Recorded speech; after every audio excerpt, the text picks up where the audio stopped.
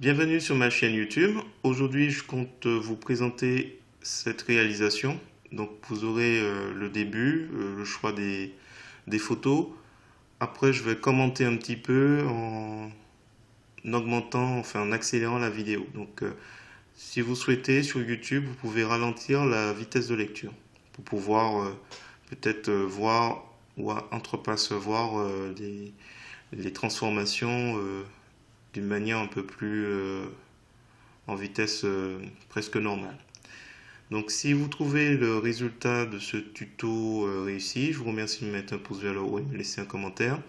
Et n'hésitez pas à me laisser dans les commentaires si vous avez repéré des éléments qui auraient pu être intéressants à mettre en lumière. Et sur ce, je vous souhaite un bon visionnage de ce tuto. Alors c'est parti, nous voici dans la version GIMP 2.10.30. Alors, juste, je vous présente un peu les images que je vais utiliser. Donc ça, ce sera l'image de fond, une petite ruelle avec le café. Là, ce sera notre joueur de flûte, que je vais placer à peu près peut-être ici. Ça peut changer. Et là, nos photographes qu'on va placer un peu à l'arrière.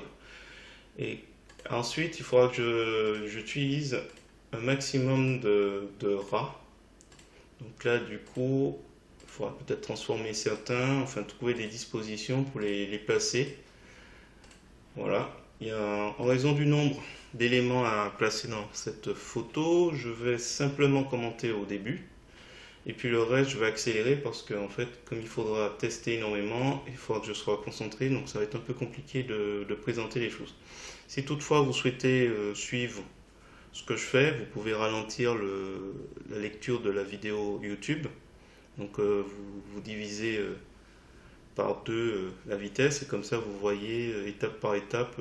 Mais là il n'y aura pas de commentaire par contre. Voilà, je mettrai aussi une petite musique peut-être, comme ça me paraîtra un peu moins long. Voilà, j'espère que cette présentation vous plaira, cette photocomposition vous plaira et sinon je vais la démarrer tout de suite.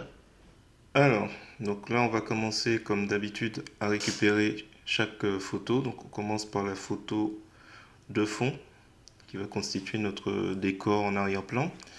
Donc on renomme le calque, on récupère chaque personnage. On va commencer par notre joueur de flûte, ensuite nos différents photographes et cette fois-ci j'utilise l'outil chemin.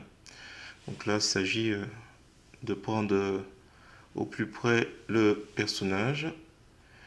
Donc à vous de voir, vous pouvez utiliser d'autres outils de sélection comme l'outil de sélection à main levée ou tout simplement vous amuser avec le masque de calque. Donc là, on a presque terminé. Donc on essaie de prendre les éléments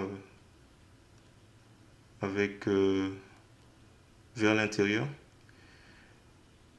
Donc quitte à essayer de prendre au plus près. C'est le plus important. Alors, une fois qu'on a finalisé et retiré les éléments qui sont autour des mains et des bras, là on a fait le masque de calque et si on n'a pas d'imperfection, il n'y a plus qu'à régler les proportions. Alors j'ai essayé de me prendre comme repère les fauteuils, les sièges qui sont là. Je me suis dit, tiens, le genou devait être légèrement plus grand, enfin plus haut au niveau des sièges. Alors là, tentative avec balance des couleurs pour que ça puisse matcher avec l'éclairage de la ruelle. Donc bon. Et ensuite avec les courbes, plus ou moins. Donc là, c'est vraiment... je tente quelque chose, enfin je tente plutôt de sauver parce que là, il faut voir que notre joueur de flûte, il a été exposé à la lumière. Je vous mets en description les liens. Donc si vous souhaitez reproduire, pourquoi pas ce tuto. Et ensuite, une fois que je suis à peu près satisfait du réglage, mais bon, je sais que je vais revenir dessus, je vais recadrer le décor. Donc notre décor, il est assez grand et l'idée c'est de concentrer un petit peu vers des éléments qui me paraissent un peu plus, comment dirais-je, un peu plus intéressants à garder. Donc là, une fois que c'est fait, comme d'habitude, je reviens sur un élément parce que je suis pas satisfait, hein, donc avec un peu de recul. Donc j'ai fait plusieurs copies du joueur de flûte pour pouvoir le rattraper et éventuellement m'amuser à reprendre. Donc là, je vais m'intéresser à l'ombre.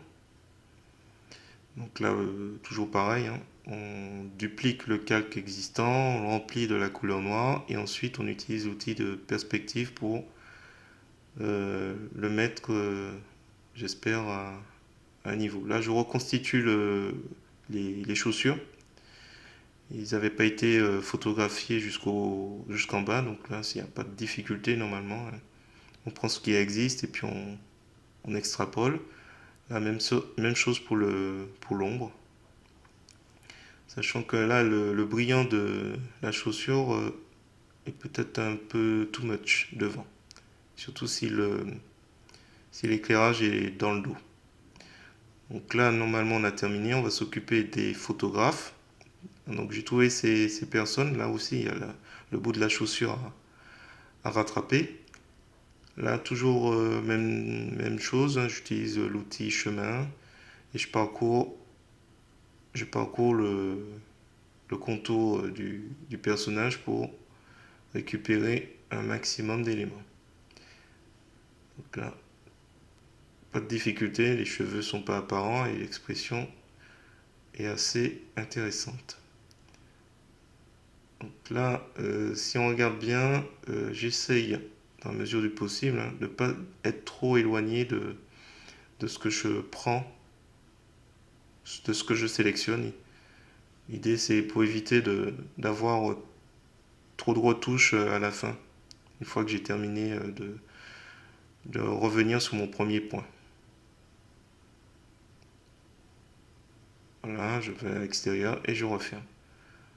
Et partout où il y a des éléments, où il y a des espaces, où on peut apercevoir le paysage à l'arrière-plan, je fais de même, j'utilise l'outil chemin et j'ajuste. Je suis passé au deuxième personnage, donc même chose. Là aussi, pas de cheveux apparents, pas de poils apparents, donc ça devrait être relativement assez simple. Un peu la barbe, mais bon, c'est pas très dramatique. Et là, même chose, hein. J'essaie de récupérer un maximum d'éléments, sachant que cette photo est relativement grande par rapport à ce que j'ai besoin. Donc toujours partir, si possible, du plus grand pour éviter de perdre trop lorsqu'on manipule avec la mise à l'échelle. Donc là, c'est quasi terminé. Je remonte la jambe. Et là, franchement, comme on peut le voir, j'essaie de presque pas trop oublier les éléments. Donc là, au niveau de l'épaule, et on rejoint le premier point. Une fois que les éléments sont récupérés avec l'outil chemin, on peut le faire chemin vers sélection et réduire. Et là, l'idée c'est... Alors au début, je voulais les mettre côte à côte, comme dans la vraie vie, non, comme dans la photo d'origine. Mais je me suis rendu compte que ça allait être un peu compliqué. Puis de toute façon, au niveau de l'action, ça pouvait être intéressant d'en avoir un en arrière, un plus devant et notre joueur de flûte pour donner une impression comment dirais-je, une impression voilà, de frayeur plus sur l'un que sur l'autre. Puis au niveau des réglages, j'avais peur que le deuxième personnage ne réagisse pas totalement comme le premier. Donc j'ai préféré les séparer dans un calque, donc appeler photographe 1, photographe 2 et mettre le tout dans un groupe de calques. Donc là, c'est ce que je suis en train de réaliser. Et du coup, il reste à savoir qui serait devant. Et surtout, il faut se projeter et voir un peu par rapport aux joueurs de flûte. Donc, il ne faut pas que ce soit bien évidemment, comme ils sont au fond, qu'ils soient plus grands que notre joueur de flûte. Donc, il y a un réglage à trouver. Voilà. Qu'est-ce qu'il y aura d'autre à faire? Normalement, une fois que c'est placé, normalement il y a l'ombre. Donc l'ombre c'est pas mal, ça donne un peu plus de réalisme au projet. Donc il reste à trouver la bonne direction. À noter que il faudra aussi trouver le bon réglage au niveau de l'opacité. Donc tout ça, en fait, ça réclame encore à nouveau de prendre en référence peut-être les chaises ou la plante qui est en arrière-plan. Voilà, c'est ce que je fais, je regarde un petit peu. Donc normalement, ils sont beaucoup moins sombres, si j'en crois la plante. Donc voilà, il y a nécessité à régler un peu l'opacité. Alors, une fois que... Alors, il y a encore un petit réglage, comme d'habitude. C'est assez long au niveau des ombres. Il faut que je reconstitue le pied d'un des photographes. Heureusement, il n'y a pas grand-chose à produire. Et il y a cette histoire d'ombre que je vais devoir gérer. Là, toujours un petit souci avec le cadrage. Donc là, même chose. L'image est beaucoup plus grande que... Donc il a fallu revenir sur le cadrage. Et une fois que c'est fait, je reviens sur mes photographes et je réagence un peu les calques. Donc j'identifie bien photographe 1, photographe 2 et je joue après avec la balance des couleurs pour tenter de me rapprocher de la photo donc d'arrière-plan avec tout ce qui est éclairé au niveau de l'éclairage. Donc c'est assez long aussi, bon, mais moins difficile que le joueur de flûte puisque le joueur de flûte a cette particularité d'avoir une luminosité un peu plus importante. Donc il y a presque... Il vaut mieux en fait il aurait mieux valu qu'il soit un peu plus sombre pour pouvoir éviter d'avoir à rattraper, un peu.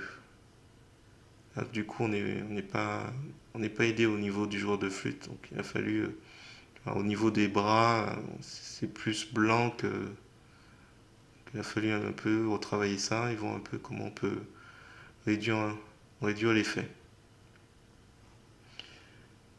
Voilà, toujours pareil, balance des couleurs sur une copie pour voir un peu comment on peut rattraper. Alors j'avais remarqué que notre flûte était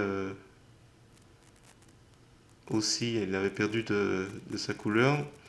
Donc il a fallu m'amuser à détourer la flûte.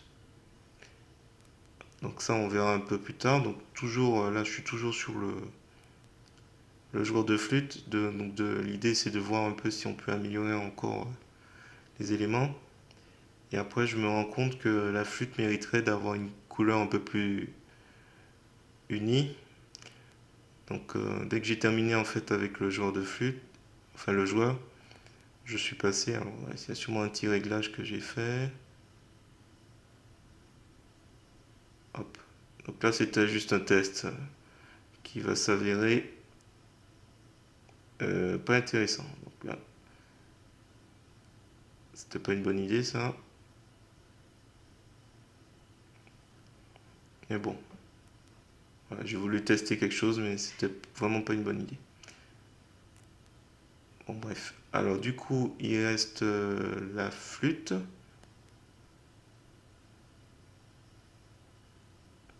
Ah, toujours pas. Donc en fait je m'occupe toujours. C'est vrai que ça m'a pris beaucoup de temps d'essayer de le rattraper, le joueur. Du coup il n'y a toujours pas la flûte qui est prise en compte. Et là, normalement, voilà, là maintenant on s'occupe de la flûte. Donc j'ai dupliqué l'homme et après j'ai isolé la flûte pour pouvoir... au début j'ai essayé de faire des réglages mais je me suis rendu compte que malgré le fait que c'est une couleur unie, il valait mieux en fait traiter de la même façon et indépendamment du personnage. Donc là, il reste à récupérer les rats. Donc j'ai un certain nombre de rats à récupérer. Et en fait, on va s'amuser comme ça à les récupérer. Bon, j'ai pas compté, mais en fait, on avait beaucoup.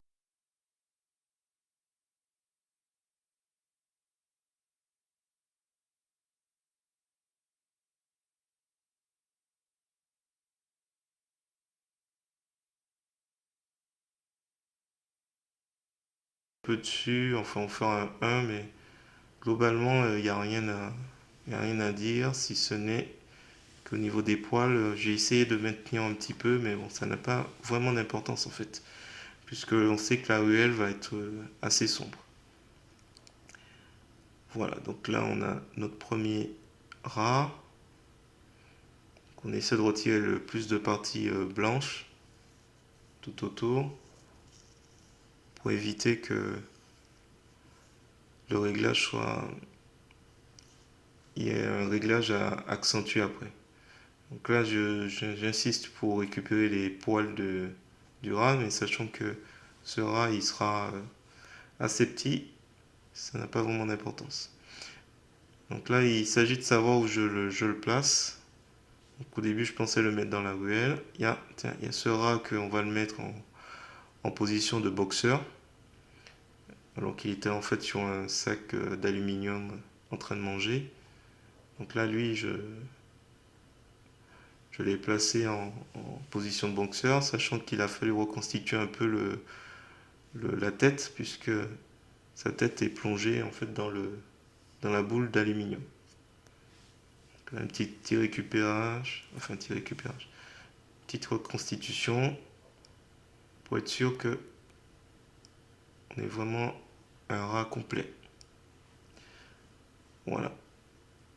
Donc là, une fois que c'est récupéré, je tente de récupérer tout ce qui est, comment on appelle ça?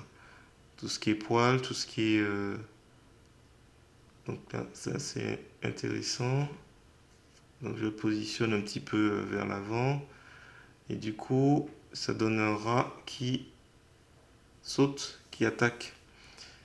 Donc là, du coup, toujours en partant du premier rat qui était sur une boule d'aluminium, je vais en créer deux autres qui ont l'air de sauter sur les photographes, sachant que pour qu'il n'y ait pas trop de répétition, je décide de casser un peu la queue d'un des rats pour qu'il soit moins semblable à celui de droite. Et ensuite, bon voilà, l'idée c'est de placer plus ou moins comme on peut les différents protagonistes. Donc ça c'est fait. Et là, du coup, je sélectionne les meilleurs, celui-là, ainsi de suite. Voilà, je vais m'arrêter au niveau des explications. Et du coup, ce que je peux vous proposer, c'est une petite musique pour voir la suite.